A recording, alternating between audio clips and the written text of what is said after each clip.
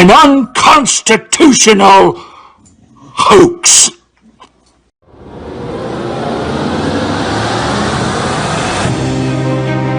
Do you remember when big tech called themselves the free speech platform and used slogans like "Don't be evil"? Fast forward a decade and suddenly those platforms we loved for years have changed, and the promises they made at the start no longer apply. So what happened? How did we get here? Over the last decade, these companies have quietly moved their corporate headquarters outside the US to EU tax havens. The big change? Well, big tech is now governed under UN law. In simple terms, US free speech laws no longer apply to these platforms. What started as free speech for all is now regulated speech to some. We believe you, the people, not big tech, are the best judge of what you want to watch, read, and hear. We are content creators. We understand that a creator's ability to make a living should not be infringed upon. We created Zap Media with you in mind, a free market, next-gen media platform that believes in protecting your speech rights and, equally as important, your privacy, including IP theft and data mining. By removing the threat of censorship and freeing the market, content creators have a home base to build their platforms and grow their brands.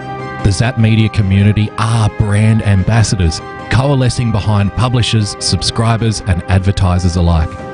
This is the beginning of the next big wave in digital media. With an estimated 225 million video-on-demand users expected by 2022, Zap is poised, with your help, to fully launch before the end of 2019. We look forward to partnering with you.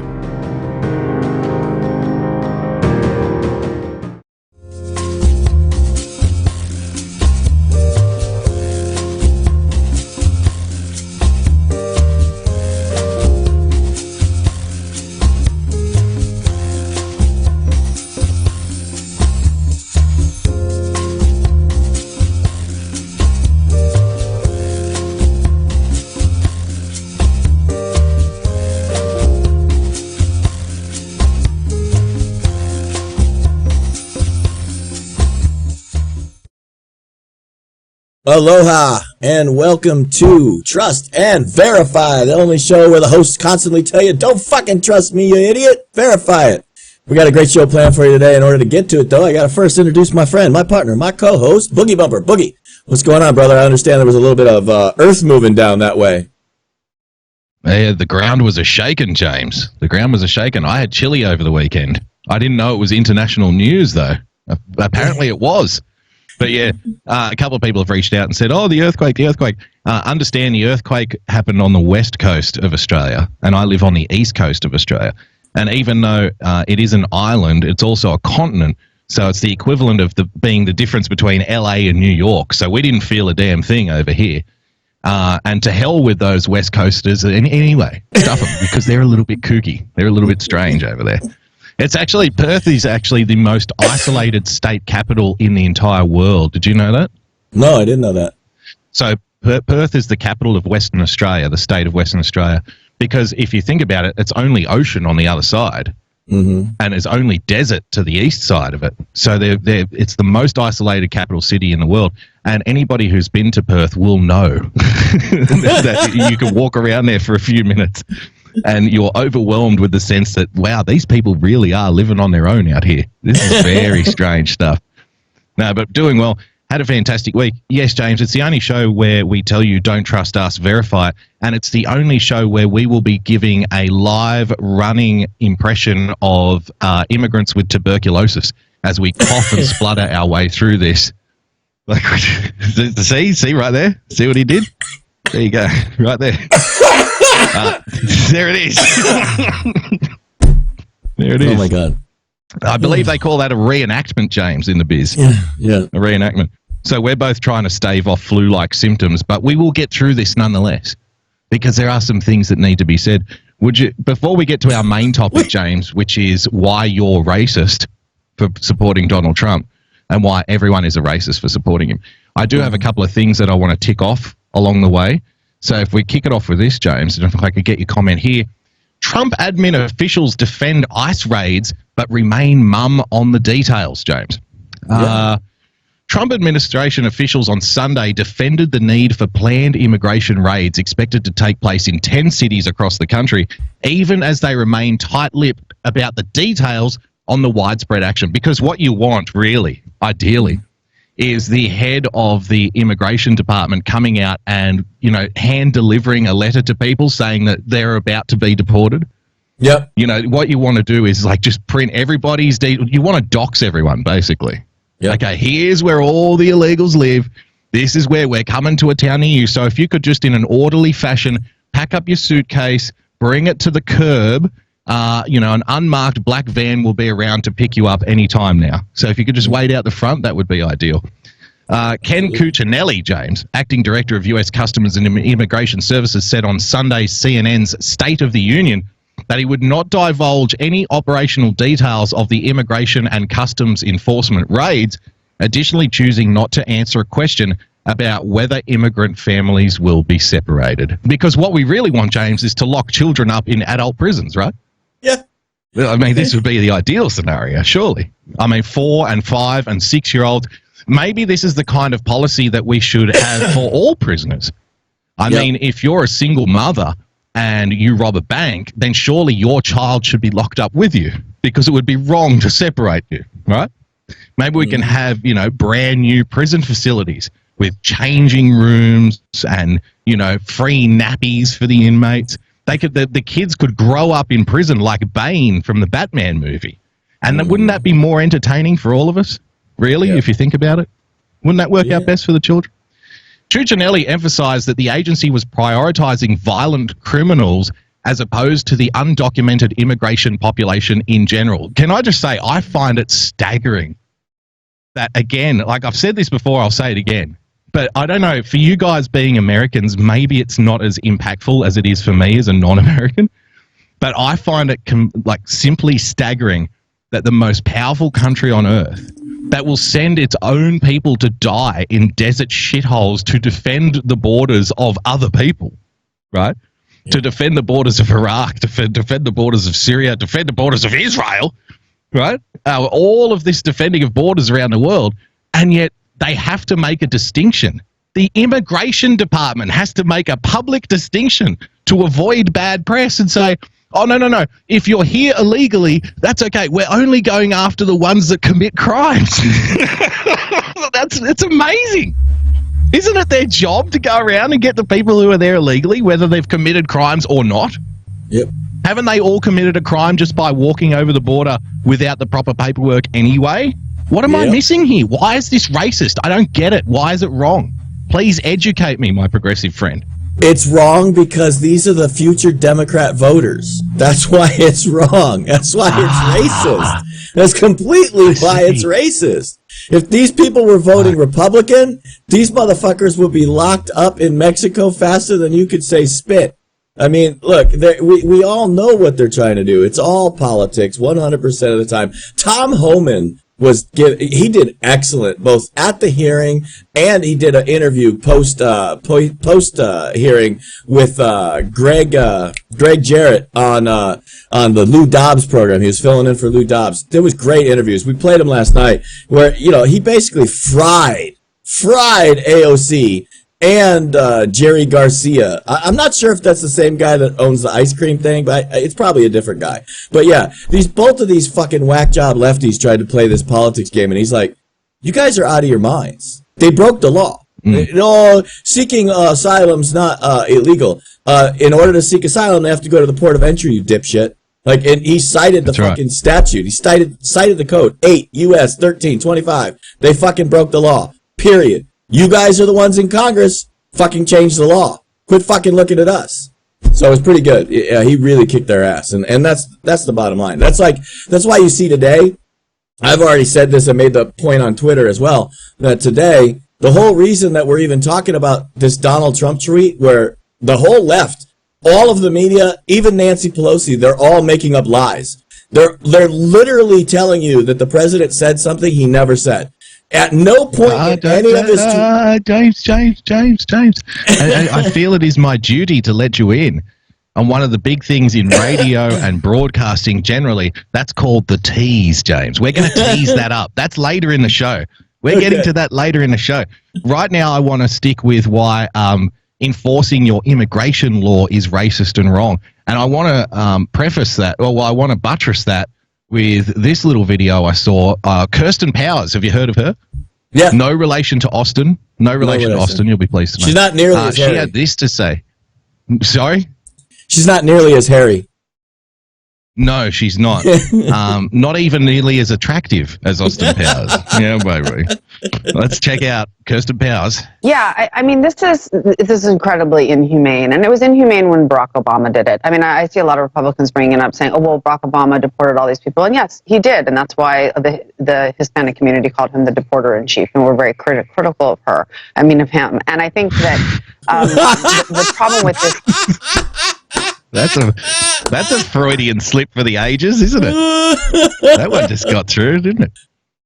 These are, largely speaking, hardworking people who have come to this country, usually fleeing very illegally bad circumstances and trying to make a better life, and they're being treated as criminals. They are criminals! You know what I just noticed too, by the way, is Austin has a more feminine voice than she does. Yes, he does. How do you say that? And creating fear for children, for families. I mean, they're talking about deporting families, right? They are talking about going. Well, they've got to be stuck. They've got to be sticking together, right? So I guess if we deport the parents, we're like, sorry, kids, we can't separate you. That would be inhumane. Back to Mexico you go with Mama and Papa. And grabbing anybody that's around a person who they're targeting. Oh. And I think it's worth talking about. They're grabbing anybody around a person. So, John Smith walking down the road with his illegal immigrant friend. Hey, well, I didn't do anything. What are you arresting me for? Shut up, John. You're going to El Salvador. Who they're targeting as well, because they're talking about people who have court orders against them to leave the country. But in a lot of cases, these are people, they don't have court orders because they've murdered somebody. They have court orders because they didn't show up when they were supposed to show up in court. So now, James, it's actually inhumane to enforce a court order when somebody doesn't show up in court. Right. Like you would for somebody with a parking ticket or a speeding ticket or some kind of low-level infraction. It's also illegal for them not to show up in court for their court date. Am I wrong? Oh no, you're right. I mean, let me tell you what. Fuck around and forget to pay a parking ticket and see how much that shit costs you. These motherfuckers will issue a failure to appear warrant on your ass. That'll cost you $500. Then they'll fucking stick you with the original parking infraction. Then they'll stick you with the fucking fine on top of that. By the time you're done, you fucking forgot to send in $40. That just cost you $1,000. It's inhumane, James. It's inhumane. I mean, next time you get a parking ticket, what you should do is go to Mexico and claim asylum. From the inhumane court system in the United States. I think that's the way it works. You can meet John Smith down there in El Salvador, walking around scratching his ass, going, how the hell did this happen? How the hell did I end up here? Here's an interesting story for you. Here's an interesting story for you, one that didn't make the mainstream. Armed man attacking Tacoma's ICE detention center killed in officer-involved shooting, James. Killed in an officer-involved shooting. Did you hear about this? No, I didn't actually. I wonder how many people. Put your hand up if you heard about this. No spoilers. A protest outside the federal. You would think this would be big news, okay? A protest outside the Federal Immigration Detention Center in Tacoma last year drew headlines when a 68-year-old man wrapped his arms around a police officer's throat and shoulders in an apparent attempt to free another protester. When police got the man into handcuffs, they found a collapsible baton and knife in his pocket, leading to criminal charges. Early Saturday morning, that man, Willem van Spronsen, James. Willem van Spronsen. It's a good old, as American as apple strudel, I think you'll find, is Willem van Spronsen, of Vashon Island, James, returned to the Northwest Detention Center, the holding facility for the U.S. Immigration and Customs Enforcement, this time armed with a rifle and incendiary devices, according to Tacoma police. So the knife don't bring a knife to a gunfight. Willem's not stupid. He brings a rifle this time to the ICE detention center. Police said Van Spronsen tossed lit objects at vehicles and buildings, causing one car fire, and unsuccessfully tried to ignite a propane tank. So it's sounding a lot like that white terrorism at this point, doesn't it? Yeah, that's domestic terrorism. Sounds a lot like that. It sounds like domestic terrorism. I thought this was a big issue. I thought this is the kind of issue that the news organizations would be racing to cover. The article goes on. It's not until you get down to this paragraph here, James, about paragraph 7 or 8, where something suddenly illuminates, and no, it's not a Molotov cocktail. Deb Bartley, a friend of Vance Bronson's for about 20 years, described him as an anarchist and an anti-fascist. There you go. There you go. An anti-fascist terrorist, James. And she believes his attack on the detention centre was intended to provoke a fatal conflict. He was ready to end it, she said. I think this was a suicide, but then he was able to kind of do it in a way that spoke to his political beliefs. I know he went down there knowing that he was going to die. So why isn't this mainstream news, James? Why isn't this on the cover of every newspaper in the country? Because this particular guy was actually in a promoted CNN video. That's right. Really? You heard me correctly. This particular guy was in a CNN promoted Antifa video. And it is out there right now on Twitter, and that's why they're staying the fuck away from this. This guy was certified member of Antifa. He was certified promoted by the left and the left stream media. And this fucking crazy whack job they know committed domestic terrorism. And he absolutely probably went in trying to commit suicide by cop. That's absolutely what he tried to do. But that just goes to show you that the same shit we've been saying, these people belong in a fucking institution. They are batshit motherfucking crazy. And that's what happens when you let batshit crazy parents have batshit crazy kids. You end up with batshit crazy stories on the batshit crazy news. Well, remember, this guy's not a kid, though. He's 68 years old. Mm-hmm. This is another one of the 60s retreads that I've been talking about for so long. Yep. Right? The people who are stuck in an acid trip from 1968, from the baby boomer era, who think that this is the thing, they think they are legitimately fighting Nazis, a lot of these people.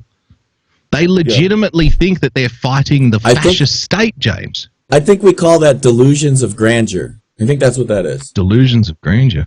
Yeah. It's a delusion of something. I need to get that video. So if anyone can tweet that at me, the video of this guy on CNN, please do, and we'll play it on the show. Newsbusters was all over it, though, James.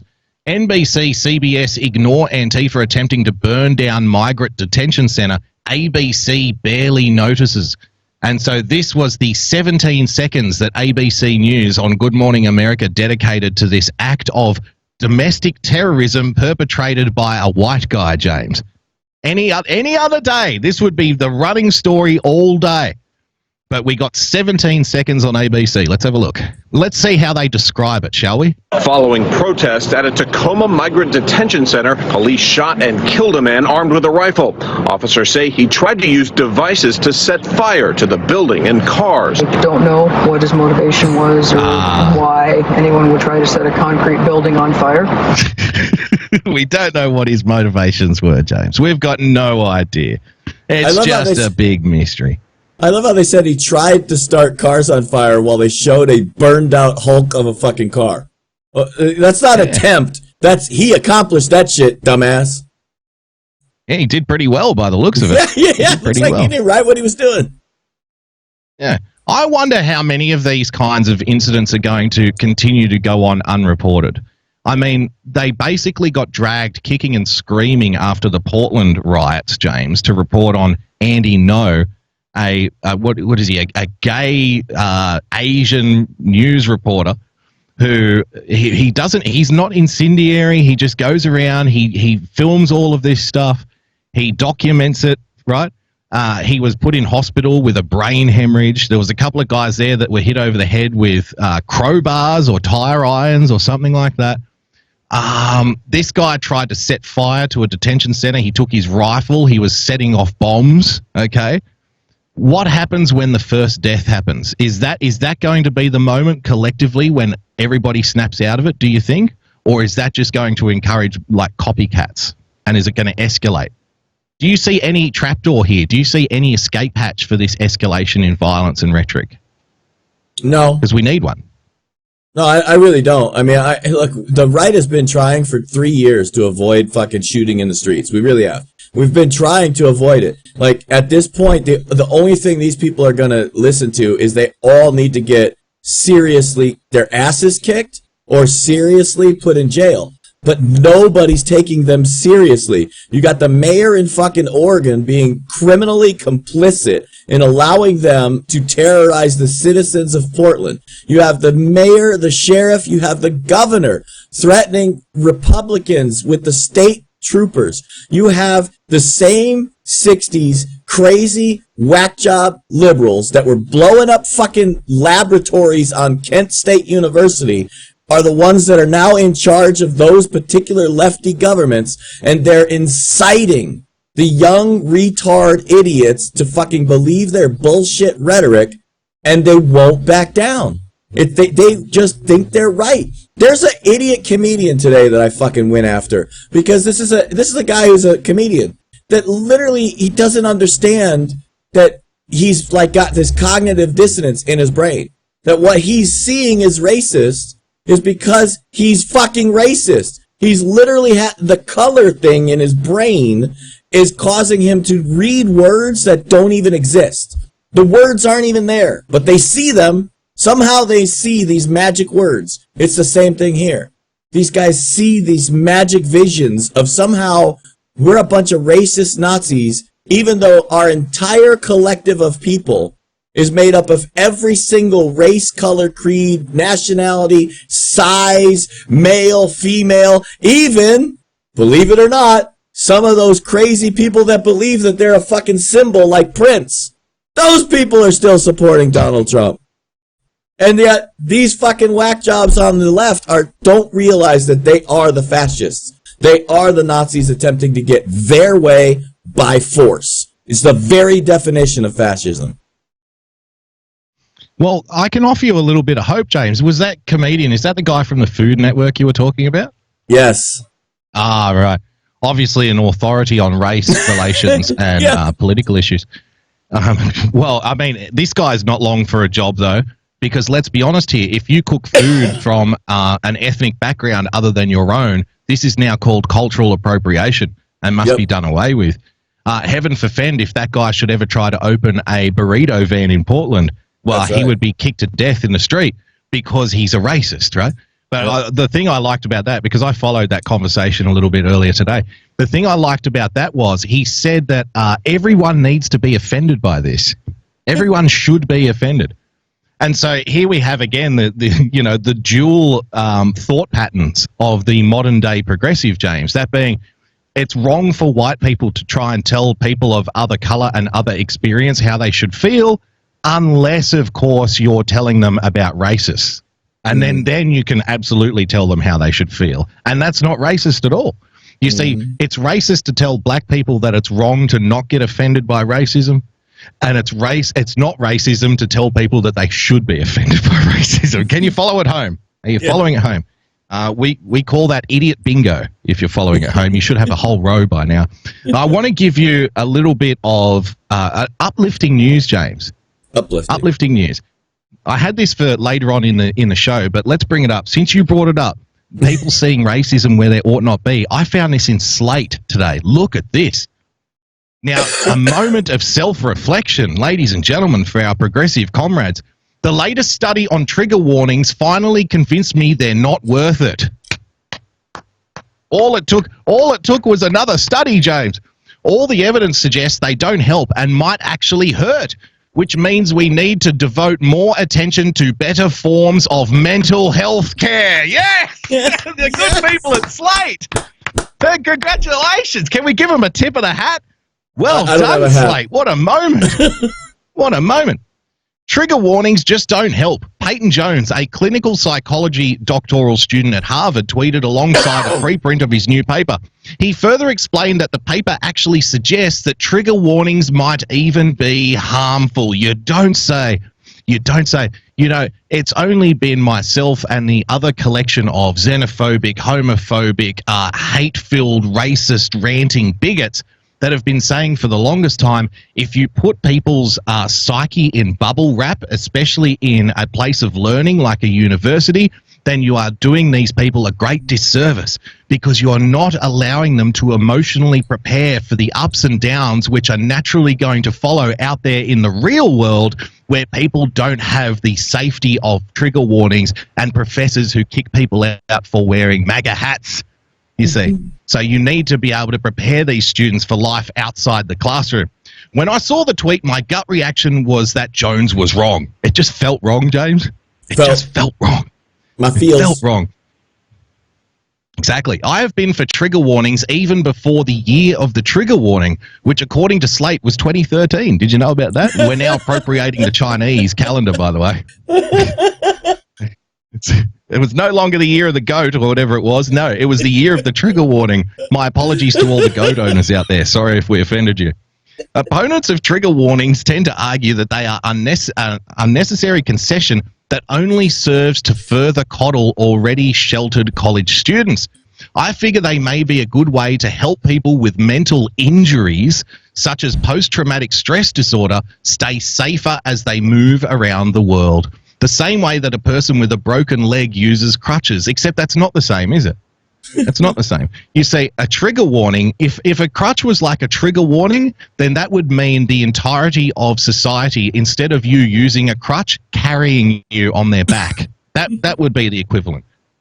Addling everybody else with your injury. Making everybody else succumb to your injury. It's literally walking up to a person that can normally walk fine and whacking them like Nancy Kerrigan. No gold medal for you, you homophobe. But after considering Jones's paper and chatting with him, I've been convinced that we'd be better to save the minimal effort it takes to affix trigger warnings to college reading assignments or put up signs outside of theatre productions and apply it to more effective efforts to care for one another. So the admission here is, if you get upset, if you get microaggressed upon, then the problem might not necessarily be that the person is a secret racist and deep within their subconscious they are trying to tell you to fuck off back to your own country, but rather that you may be looking for inferences and implications of racism which might not be there, which may suggest some kind of underlying mental health deficiency on your part, James. So I thought that was tremendous from Slate. I'm going to tweet that out after the show, because we have to we have to acknowledge these things when they happen. You know, we have to say, yes, we saw it. This is like Halley's Comet. This kind of reflection only comes around once every 80-something years, James. I know. You better be out there with the camera. This is the kind of story. This is the kind of story that reminds me of the story that's currently running around that proves that actual climatologists, like, you know, by the 10,000s, have admitted that the entire climate change narrative pay me bullshit was all bullshit. Like, they're literally all over right now, where you have a scientist saying, we can't find any real world effects of man-made climate change. You fucking think? You think?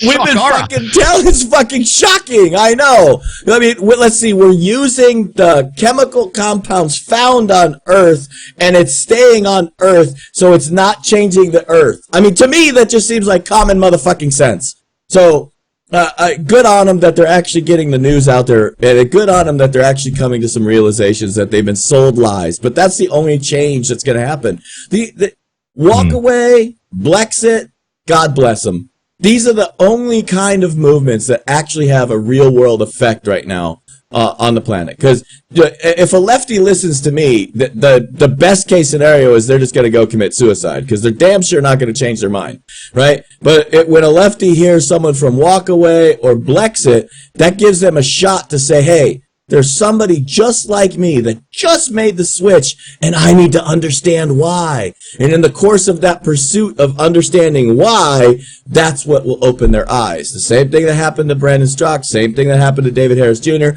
same thing that happened to Candace Owens, same thing that happened to Joy Villa. These people are the people that actually need to be paid attention to more than anyone. Not because I'm telling you to change who you are as a conservative, not because I'm telling you to change anything about you, but to understand that these are the very people we've been trying to reach our entire lives, and they're being reached.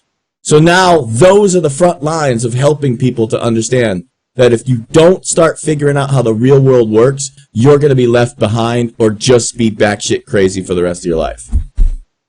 Yeah, and even if they're not, like, even if you don't want to consider these people, you know, the new thought leaders of the right, which I would probably urge, you know, to take that cautionary path rather than deify people. But they're a halfway point. They're a halfway house, right? Yep. Because from one side to the other, you need a bridge to cross over.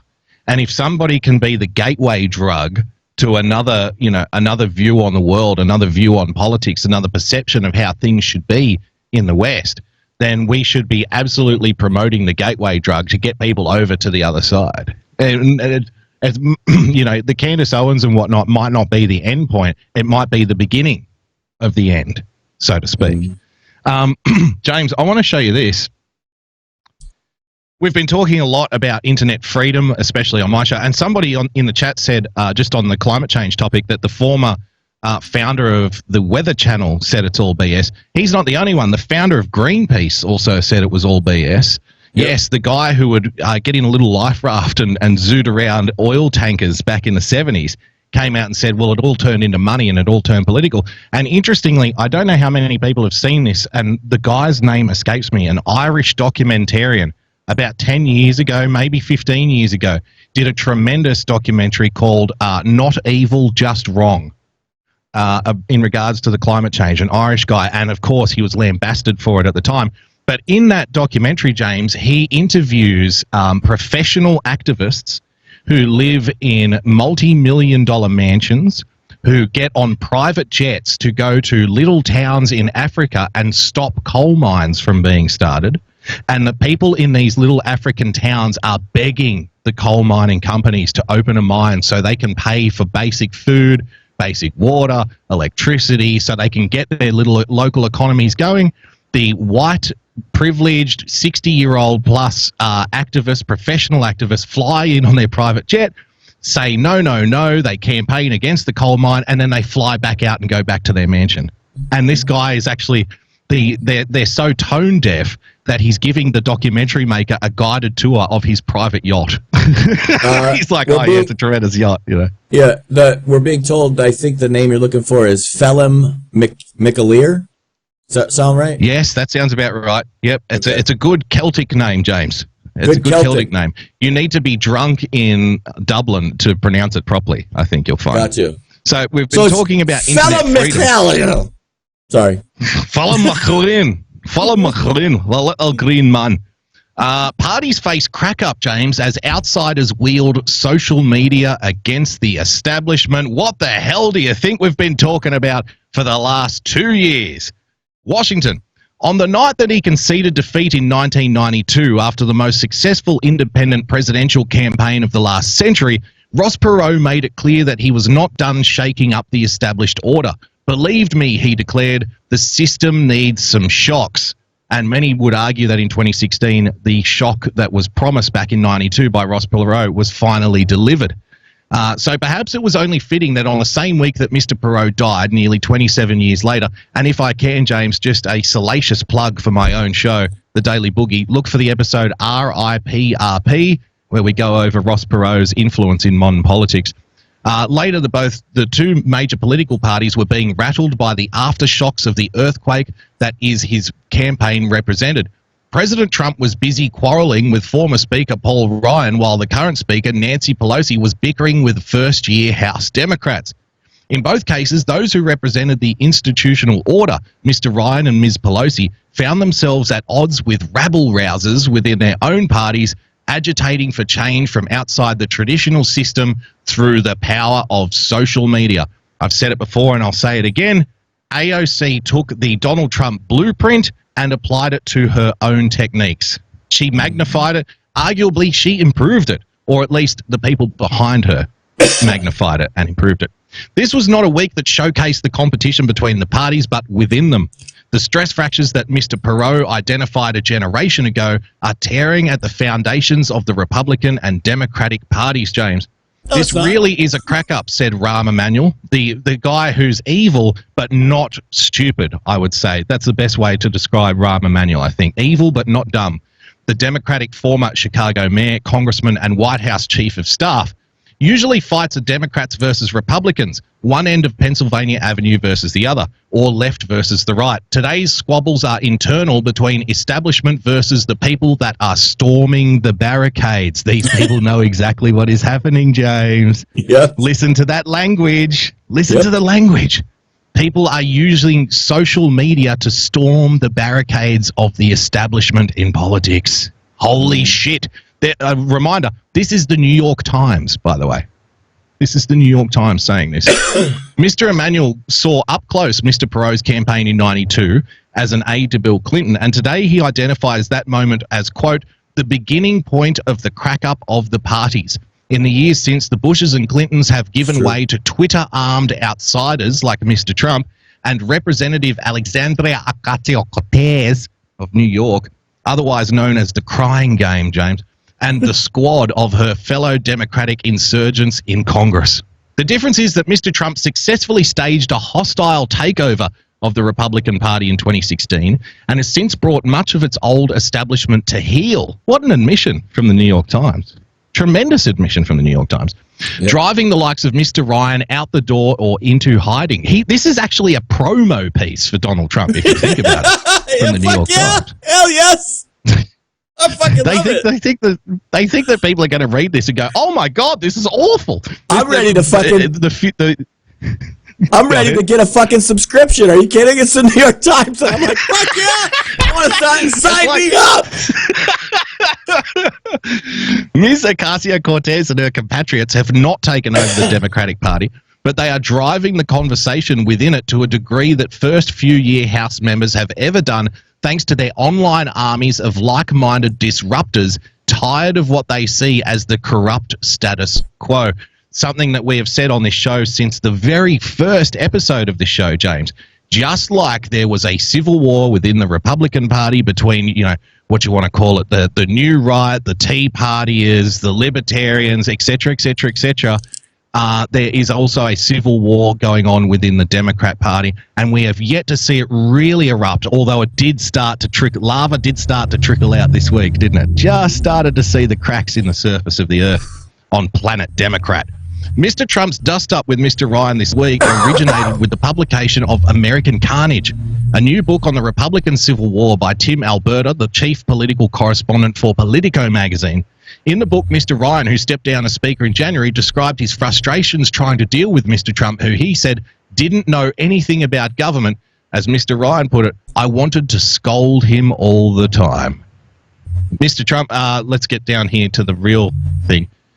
There is, of course, no little irony that Ms. Pelosi and Mr. Ryan are now the beleaguered defenders of the old order, given that both of them were once seen as champions of the ideological extremes of their parties. She as a radical San Francisco leftist, he as a Medicare-destroying right-winger. This is something that I've said for so many years that I've lost count, James. The illusion between the two parties at the very top of the tree is just that, an illusion. They have more in common than they do against. The conversation is not me, the voter, versus you, the voter. It should be us, the voters, versus them, the political class. That's the way we should frame these discussions. But they both came up within a system that is now under pressure from impatient newcomers who see no virtue in spending years in the backbenches waiting for their turn when they can be empowered by Twitter to wield influence in ways that would have been unthinkable in the past. James, does any of this make sense? Are you seeing any correlation? Now, you're a guy who's particularly talented, and I'm not saying this just to blow smoke up your ass. I'm not blowing your trumpet. You are a guy who is particularly talented at taking disparate data points and connecting them.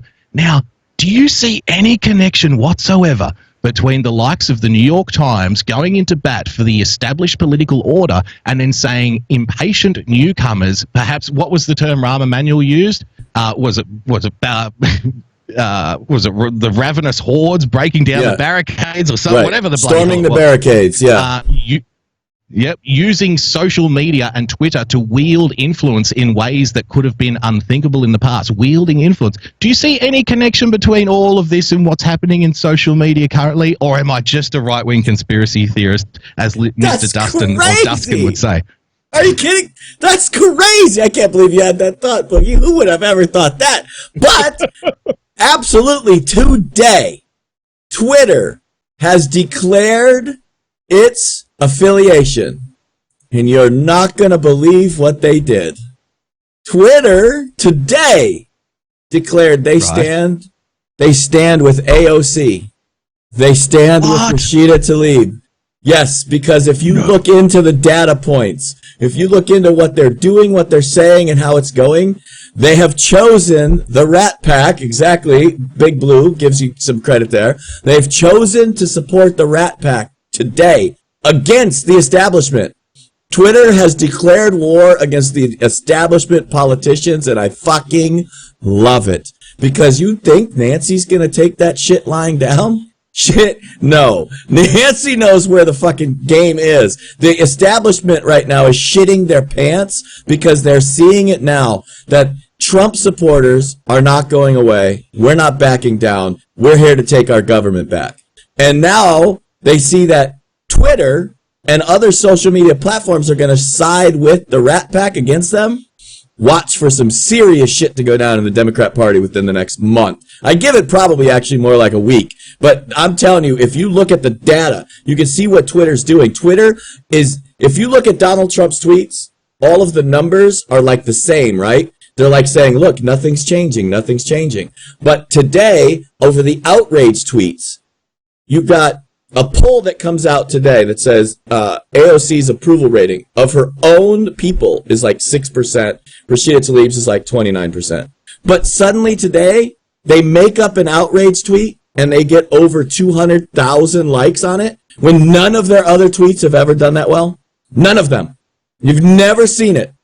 So you got low approval ratings, low follower counts, lower than Donald Trump's follower counts by a large margin.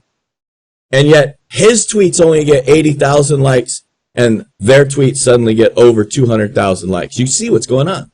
I mean, it's so crystal clear if you look at the numbers and the data and you actually draw the conclusion that Twitter has chosen a side as of today. We're not going to be the only ones that see that. We're not going to be the only ones that understand what's going on. Nancy's going to wake up and go, oh, you little motherfuckers. Okay, you want to fuck with me? Let me show you what the Speaker of the House can do to your ass. You watch. Nancy just got shit on and she knows it. James, can I give you another conspiracy theory? Let's call this the conspiracy theory hour. Why not? It's late. It's Sunday night. The good Christians of the world are going to church or just going to bed. We are speaking exclusively to the wolf men and the alcoholics and the drug addicts at this hour. So I'm sure that this will make sense. Of course, we love our audience and would never talk of them in such a way. So we're doing the contradictory liberal thing. I want to give you a little bit of a conspiracy theory here, James. Listen to this quote. This is the same story. Same story. Because of social media and because people can be their own stars, they don't need to work through leadership or work through hierarchy. Now, we've spoken before, haven't we, about gatekeepers? Yep. Gatekeepers, yeah? Gatekeepers in entertainment, gatekeepers in politics, and people trying to become the new gatekeepers of alternative media as well. Because when you see one of your favorite bloggers or favorite vloggers, I don't know, do the kids even use that term anymore, vlog? When you see some of your favorite Twitter and YouTube personalities get taken down, the dirty little secret is oftentimes it's people on the same side who are doing it for market share because they want to be the ones that everybody goes to and they want to stomp on anybody else who may be a challenge to them, right? There's a lot of this shit that goes on behind the scenes. Luckily for me, I'm so unpopular that nobody bothers. So it's fine. It works out fine. But listen to this. This is Josh Gottheimer, Democrat of New Jersey and a leader of the Problem Solvers Caucus, James, a bipartisan group seeking to find consensus in a House where that is a dirty word. Listen to this. They work outside in. That is a huge challenge because technology allows it. Technology is allowing the outsiders in. James, do you see the perception here?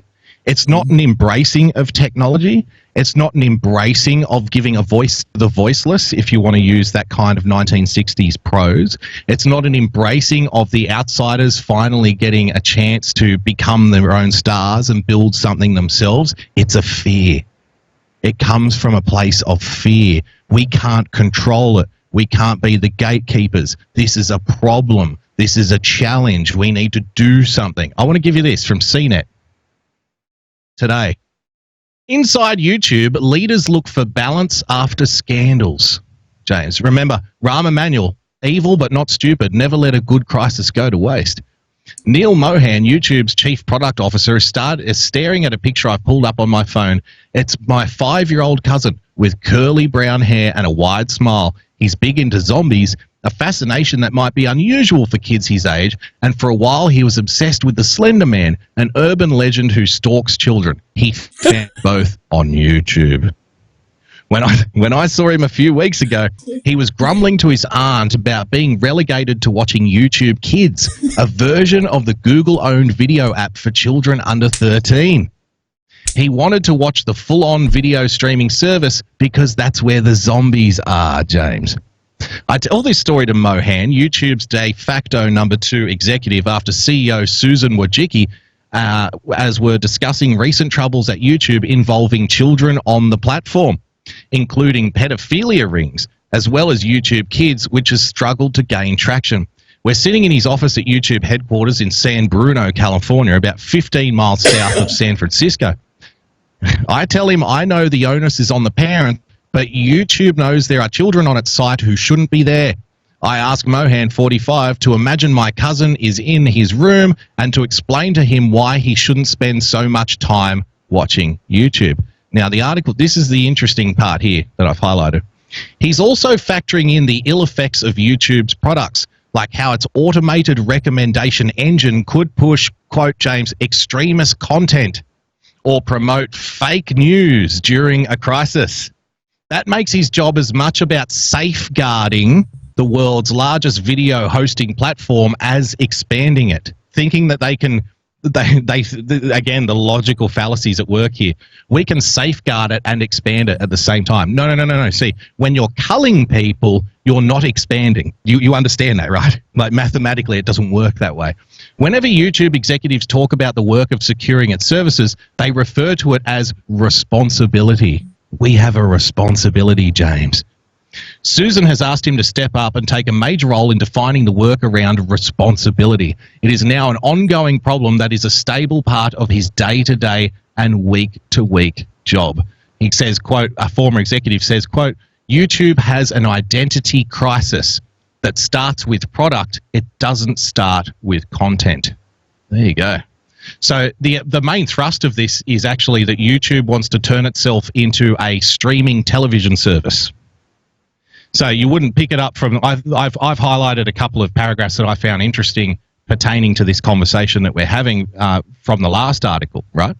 But the thrust, and I'll tweet this out after the show, the thrust of this article is something that we've been saying for years and years, that YouTube wants to become a streaming television service, like a kind of pay TV. Now do you see why they introduce things like you can pay for a subscription to get rid of the ads? And now do you see why they've signed multi-million-dollar deals with CNN, MSNBC, ABC when nobody watches these channels? Do you see why they have demonetized other channels from independent content creators who may be putting out their own spin in regards to news? And you see why they are banning people like Alex Jones, who during the 2016 election, James, was getting 300 million views a week. 300 million a week. So he had to go, right? Yep. And now all of a sudden it's like, well, you know, we've got to do a service. They even call CNN, MSNBC, and ABC, James, authoritative content. That's the authority. Everyone else has no authority. These are the guys who have authority. Pay your subscription fee if you want to see the authority on YouTube. This is the way it's heading, right? Oh, yeah. We've been talking about this for years. Look, the bottom line is that these are the guys that took over, right? They stormed the gates. They made it in. They've knocked down the barriers. And now what do they want to do? They want to close the gate behind them.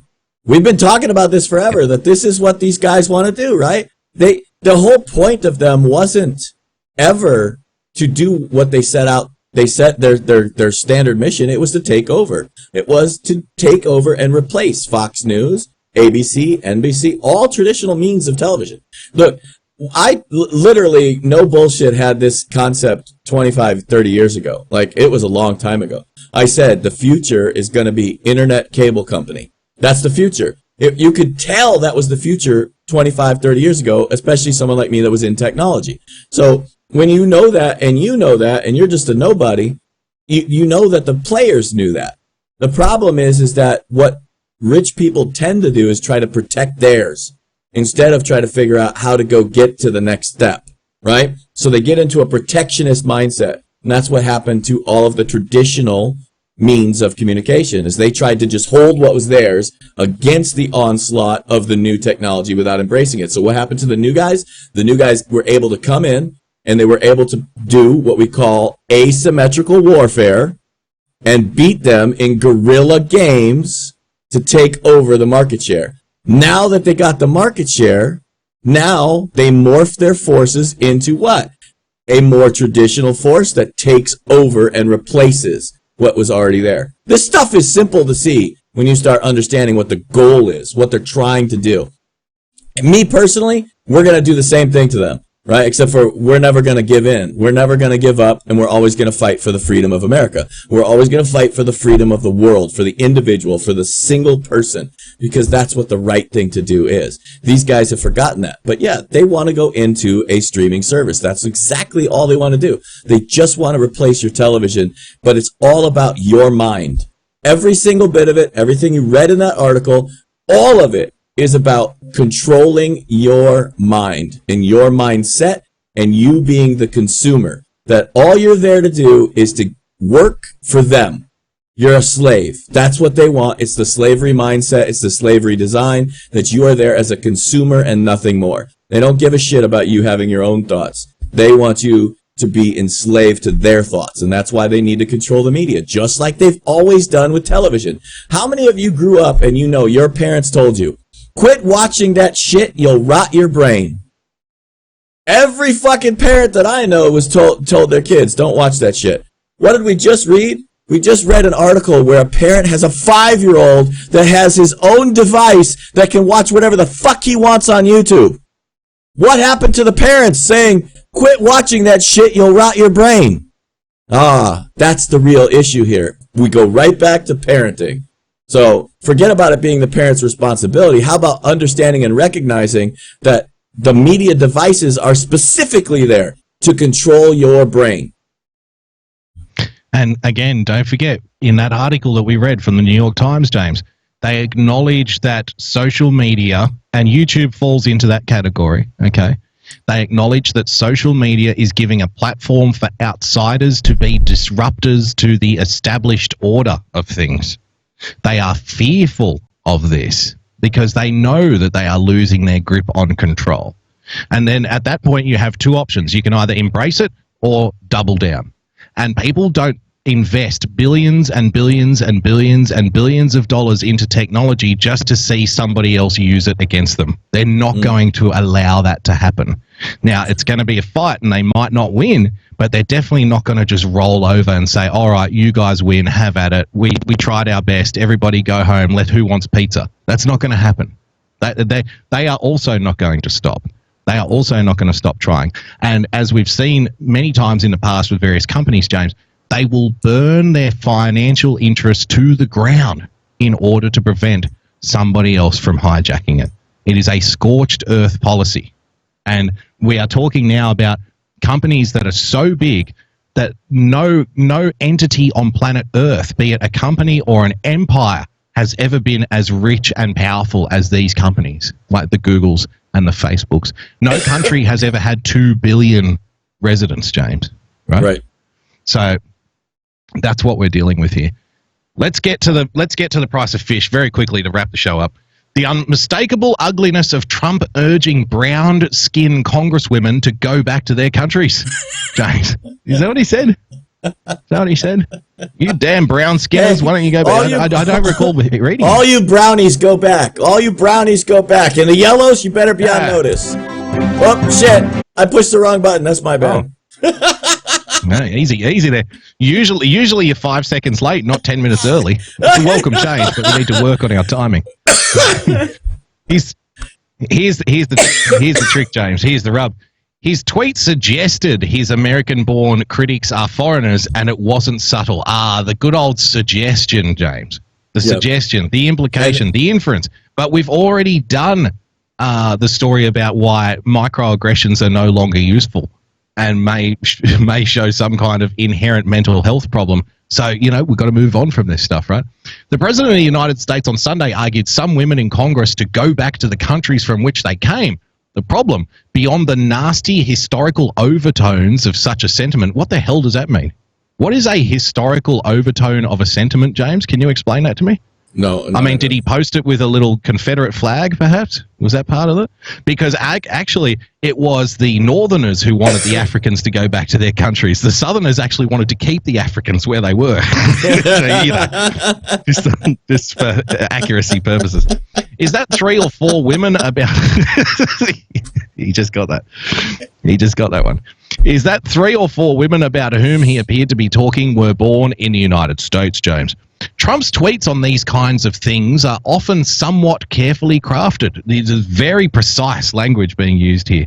These kinds of things sometimes carefully crafted, enough to give him some plausible deniability. But it's pretty clear this one was directed at 3 American-born congresswomen as well as 1 refugee-turned-lawmaker, James, otherizing them and urging them to return to countries in which they weren't born.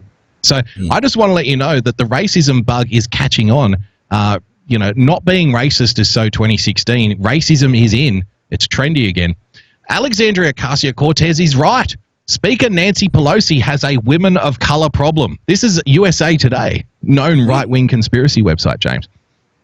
House Speaker Nancy is not racist. Yes, she has been an ally of women of color for her entire 31-year career in Congress. I have seen her up close and personal when she spoke at an event at my Alpha Kappa Alpha sorority held last year in Washington, D.C. She's hitting the big venues, you see. The Alpha Kappa Alpha sorority, James. A must-go-to event for young Democratic women. At the Library of Congress to honor a historic black woman, she is all in on black women's advancement and policy issues. To argue otherwise would be untrue. Yet freshman Rep. Alexandria Ocasio-Cortez has it right.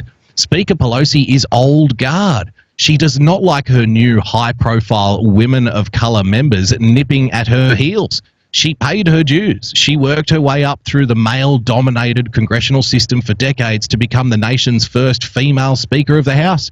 The daughter of a powerful Baltimore mayor, Pelosi was raised in the 50s and came of age in the early 60s. She remembers a time when women were like Leave It to Beaver or Father Knows Best mums, known for their pearls and their perfectly coiffed hair. Pelosi remembers an America where women were largely silent and could advance in politics. See, I don't know if that's accurate, if women were largely silent. I think any guy who was around in the 1960s will tell you that the women just wouldn't shut up, right? Most of the time. Most of the women in the 1960s. That is a very ignorant writing right there. That's very ignorant writing. I mean, where the fuck do you think the term that gossip queen came from? They had to fucking talk in order to be gossip queen, so that's not accurate. Are you sure it didn't come from the conservative anti-female gay men of San Francisco, James? I can show you actually. I can actually show you documentation. I'll have to dig it out. I'll have to really fucking research again. But there's actually, you can tell by researching actual articles and news stories of the times and how things were going, that women preferred to be behind the men in the past because they got their politics accomplished easier when they could hide behind their man and tell him, look, you motherfucker, you better go over there and take care of business or you ain't never getting another piece of this nookie. That is when women had more power. When they had to go out and fight their own fucking battles, then they're like, what the fuck do I do now? I mean, I can show you that women were always in charge, man. And any man who denies that their woman is in charge is completely ignorant. Oh, well, that's a very bigoted rant there, James, and I feel like I need to disavow. The current tensions erupted after the four women opposed a border spending bill they said failed to protect migrant children from President Donald Trump's policies. Pelosi criticized them in an interview with the New York Times columnist Maureen Dowd. The women fought back, and AOC told the Washington Post that Pelosi had been outright disrespectful, James. She accused her of the explicit singling out of newly elected women of color. So I just want you to know this is the thing. We mentioned this on the show last week. The progressives need to understand that even within their own party, they are hated more by their own party than they are by the Republicans by and large.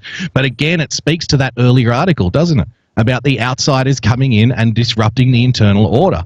But I'm here to tell the progressive comrades on the far left that if you think that going after your own speaker and calling her racist and going after the moderates in your party, which are the lion's share of your congressional members, James, if you think that this is going to be a winning strategy come 2020, then you would absolutely be right and you must continue doing it, and don't listen to anybody try to tell you otherwise, okay? I'm just telling you the truth. No, of course not. Of course not.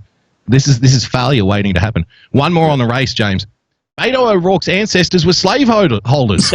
How about that? How about that? James, Democratic presidential candidate Beto O'Rourke recently delivered an impassioned speech while meeting with the Gullah Geechee Nation, an organization of African Americans whose ancestors were enslaved on plantations from Florida to South Carolina.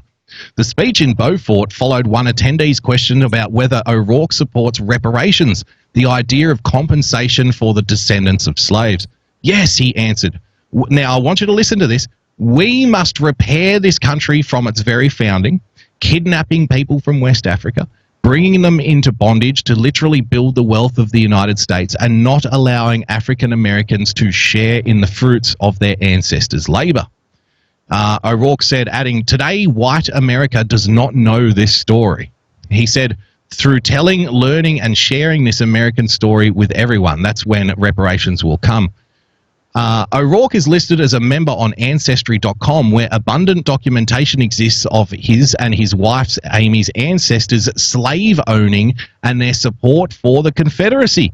In his writings and media interviews, however, O'Rourke has dealt only with kin who lived too late to have fought for the South in the American Civil War or to have been slave masters. He's trying to cover it up. Why would you be doing that, James? Why would you try to cover up your ancestry, Beto? In an interview, O'Rourke said that he and his wife knew nothing about their ancestral ties to the Confederacy and slaveholding until he was contacted by The Guardian. Amy O'Rourke declined to be interviewed. Do you remember when somebody posted about Mitch McConnell's grandparents, great-grandparents, or somebody in his ancestry owning slaves? And one reporter said, "Gee, do you really want to open up that kettle of fish? Do you really want to open up that Pandora's box?" Well, it's happening.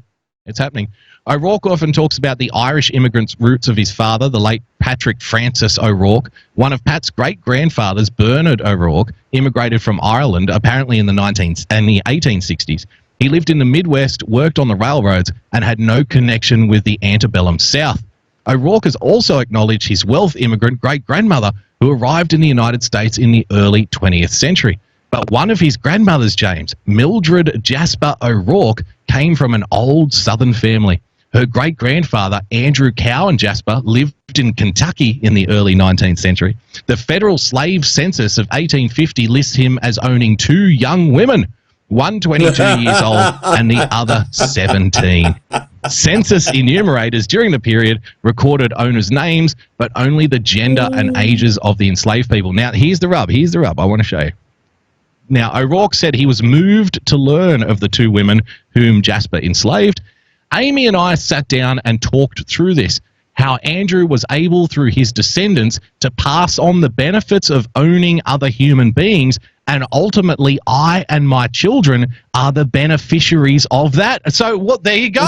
So, Beto O'Rourke, hand over your fortune, hand over your property, hand over everything you own. Otherwise, you're a fucking hypocrite and you should shut the hell up. Because earlier in the piece, James, he says, you. He's talking about you, right? You at home, you watching, you who your grandparents immigrated from 1970s in the 1970s who just happened to be white. You need to pay reparations. You're the beneficiary of slave labor. You. We. All of us need to acknowledge the dark stain on our history, James. But it turns out he's coming out and saying, well, I'm the direct beneficiary of people owning slaves. Why isn't he paying for it? Just hand over all of your stuff. Like today. Shouldn't he walk out right now, have a press conference and say, my house, my car, my property, all the money I have in the bank, it's yours. And wouldn't that be a tremendous, like he'd probably get elected president tomorrow. They'd say, wow, he really means it. So unless you're prepared to do that, then shut the hell up. Because we know, what was it, less than 2% of all white Americans actually own slaves? He is actually part of the historical privileged 2%, James. That's right. Privileged 2%. It doesn't get more white than that, Beto. That's right. Jesus.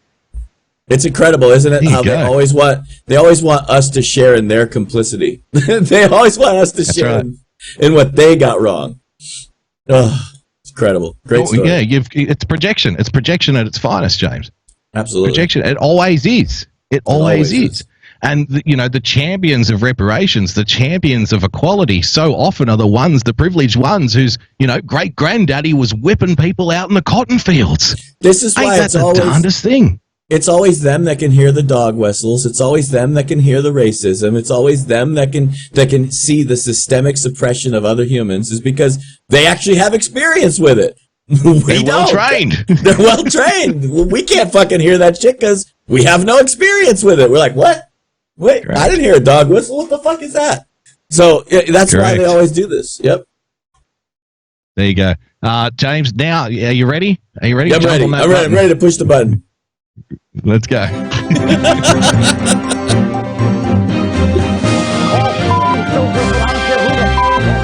Stop the hammering.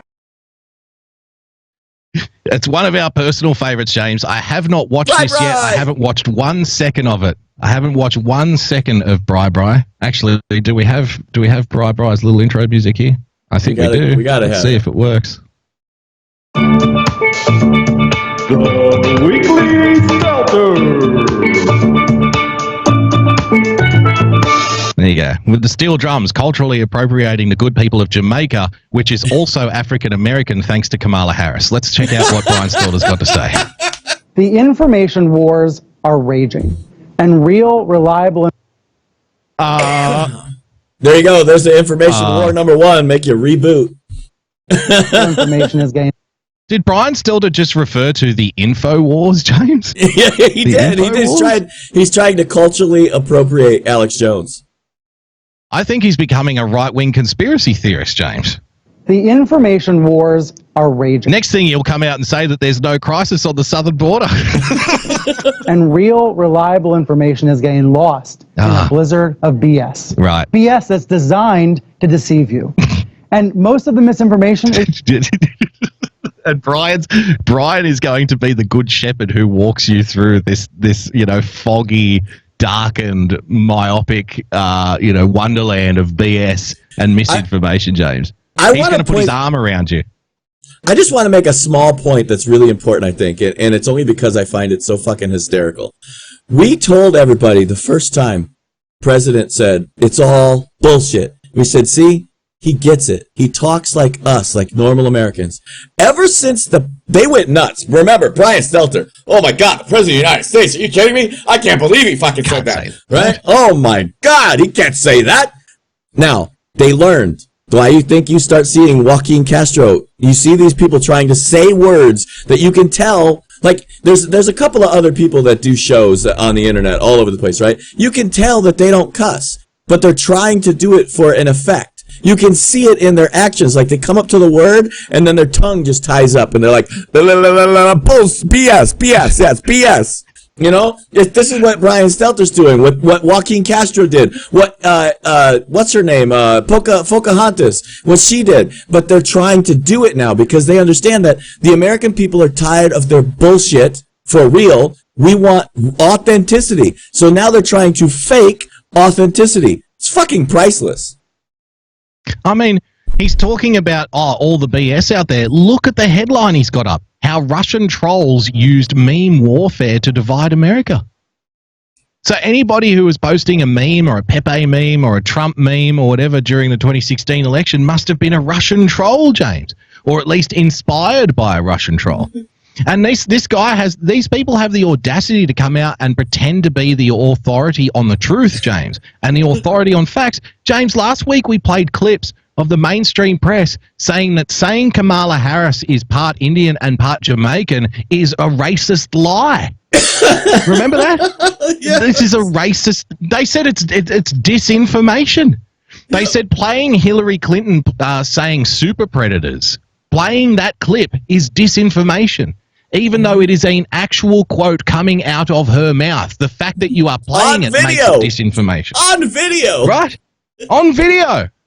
Saying that Kamala Harris is not an African American, even though Don Lemon on CNN himself says she's not an African American. That's now akin to a racist lie. Even Kamala Harris now, there's video on the internet of Kamala Harris herself saying she's not African American, that she is the first Indian American sworn in as a senator of the United States. And that is being said that it's fake. She said it herself. Wow. There you go. There you go. So I want to know why CNN and Brian Stelter are going to be the ones who are going to, like I said, put an arm around us and lead us through this swamp of bullshit to the truth, sitting like a pot of gold at the end of a leprechaun's rainbow, James, where Beto O'Rourke's grandfather was no doubt lassoing a black man on that island where the pot of gold is, for sure. It's not coming from Russian trolls, meddlers, or other foreign governments. Yeah, that's a problem, but most of this stuff is coming from right in our own backyards. That's news to me. Wow. So it's not, okay, it's not Russian trolls anymore. Just like that. Just like that. I mean, wow. Poof. Haven't we been spending 2 years talking about the trolls and the Russian trolls, and now all of a sudden it's like, you know, it's not coming from the Russian trolls. Really? Wasn't even a big deal. Why are you guys making a big deal about that? Oh, come on. It was so small. Come on. Come on. It was 4 people in a basement. When's Robert Mueller expected to testify in front of Congress again? He must be watching this going, oh, shit, that's like half my act. Now what am I going to say? Now what the hell am I going to do?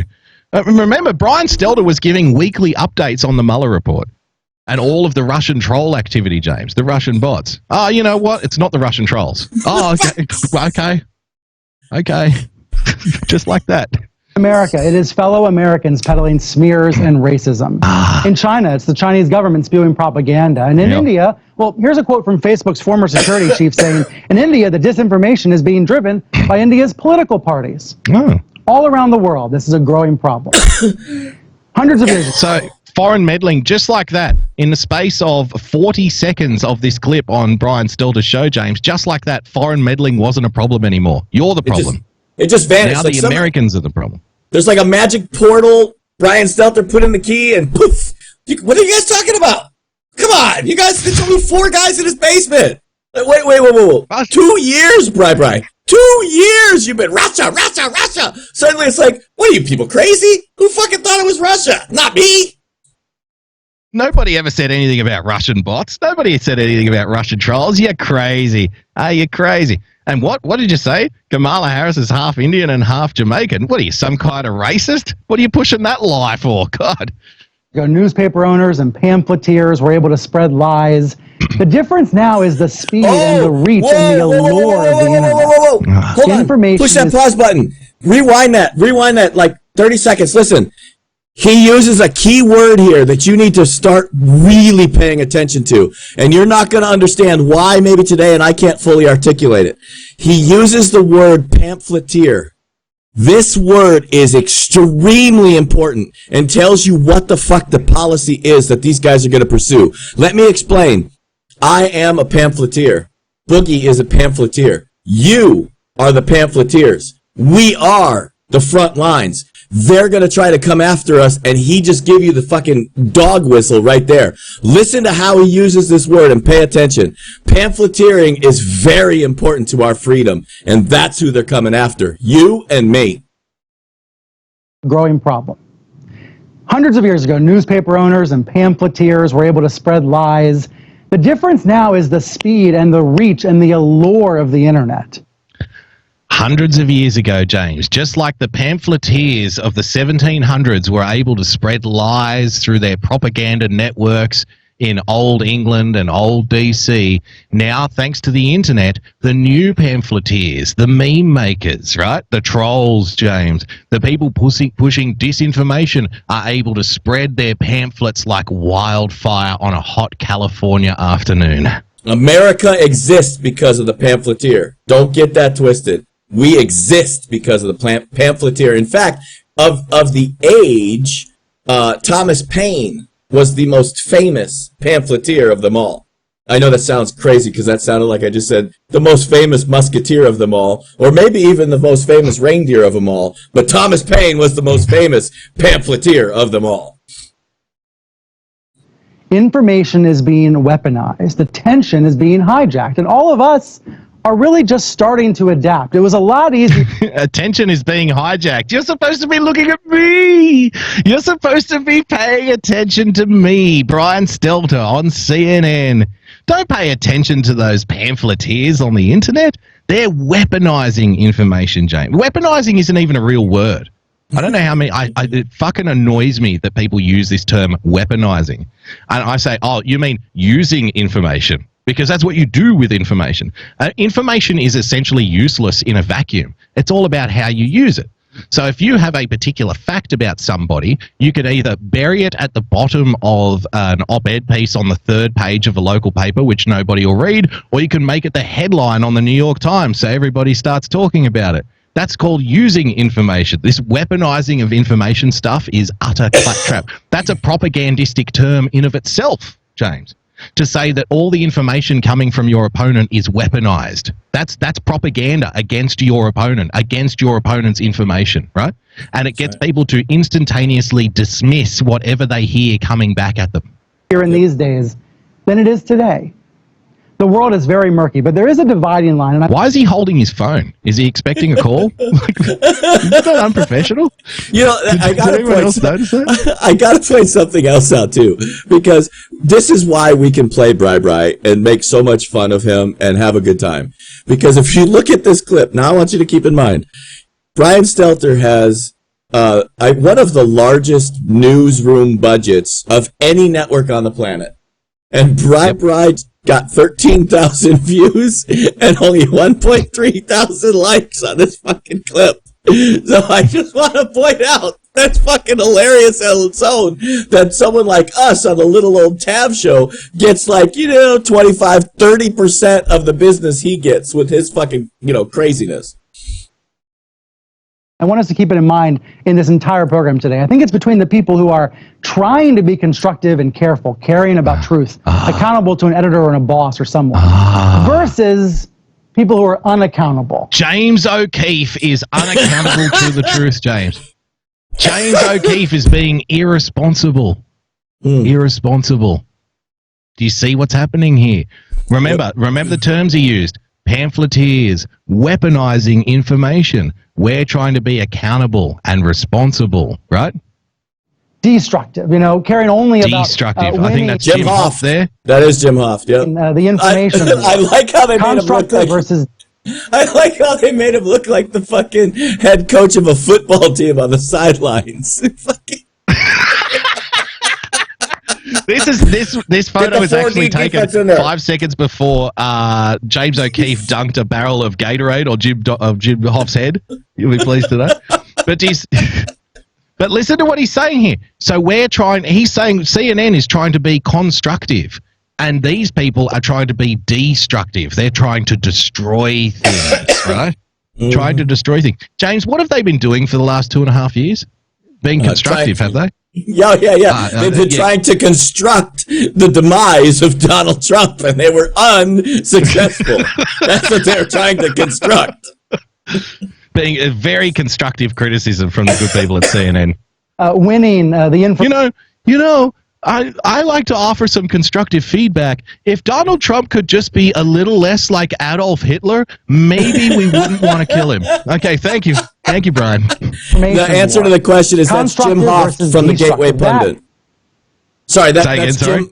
The chat room said, "Who's the guy with the headphones?" And I said, "That's Jim Hoff from the Gateway Pundit." So people that didn't know, that's who that was. Right. It wasn't. Yeah, and it wasn't the head coach of the Dallas Cowboys. And that brings me, of course, to President Trump. There he is. There he is. Trump creates such a flurry of misinformation that the truth melts away like an ice cube on a summer day. Oh, he's getting very poetic now, isn't he?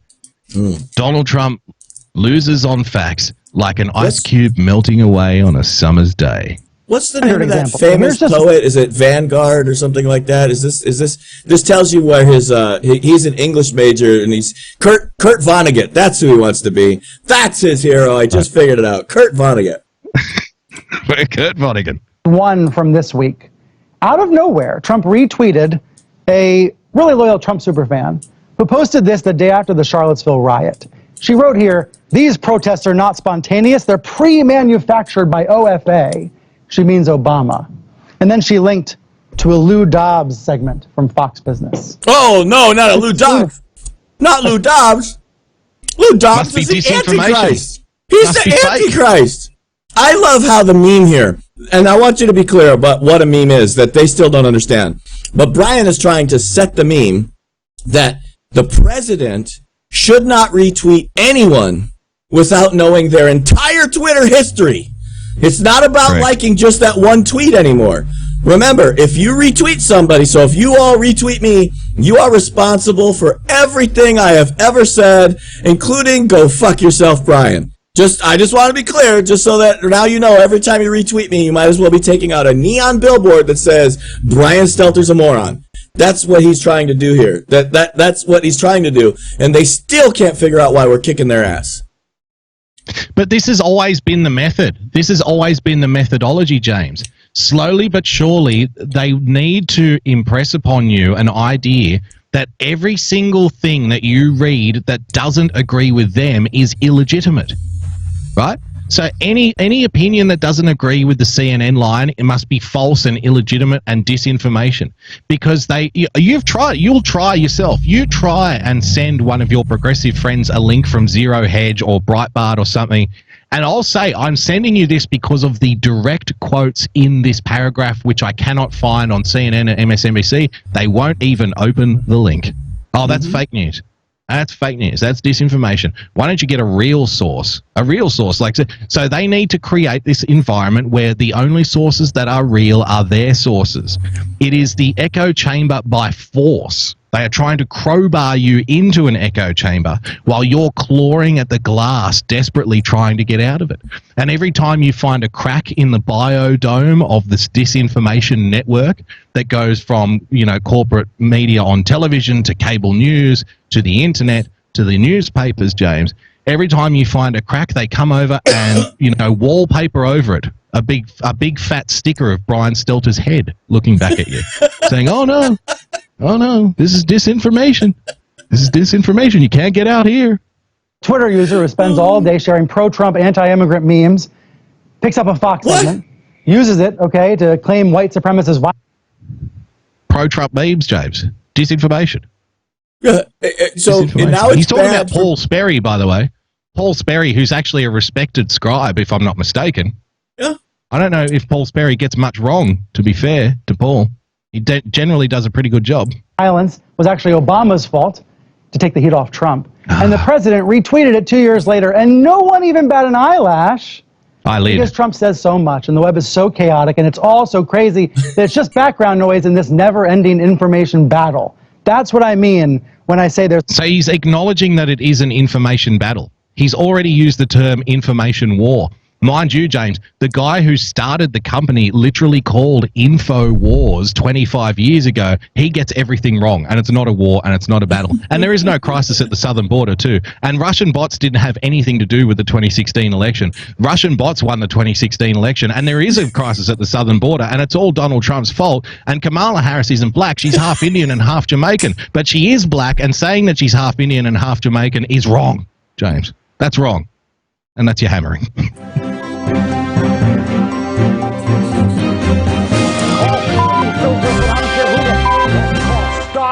the hammering.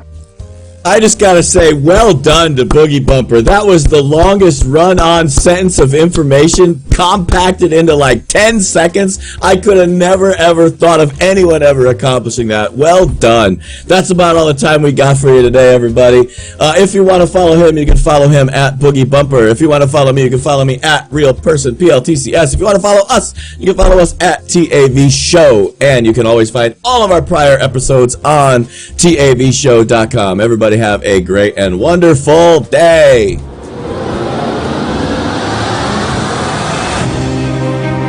Do you remember when big tech called themselves the free speech platform and used slogans like "Don't be evil"? Fast forward a decade, and suddenly those platforms we loved for years have changed, and the promises they made at the start no longer apply. So what happened? How did we get here? Over the last decade, these companies have quietly moved their corporate headquarters outside the US to EU tax havens. The big change? Well, big tech is now governed under UN law. In simple terms, US free speech laws no longer apply to these platforms. What started as free speech for all is now regulated speech to some. We believe you, the people, not big tech, are the best judge of what you want to watch, read, and hear. We are content creators. We understand that a creator's ability to make a living should not be infringed upon. We created Zap Media with you in mind, a free market, next-gen media platform that believes in protecting your speech rights and, equally as important, your privacy, including IP theft and data mining. By removing the threat of censorship and freeing the market, content creators have a home base to build their platforms and grow their brands. The Zap Media community are brand ambassadors, coalescing behind publishers, subscribers, and advertisers alike.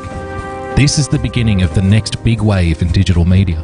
With an estimated 225 million video-on-demand users expected by 2022, Zap is poised, with your help, to fully launch before the end of 2019. We look forward to partnering with you.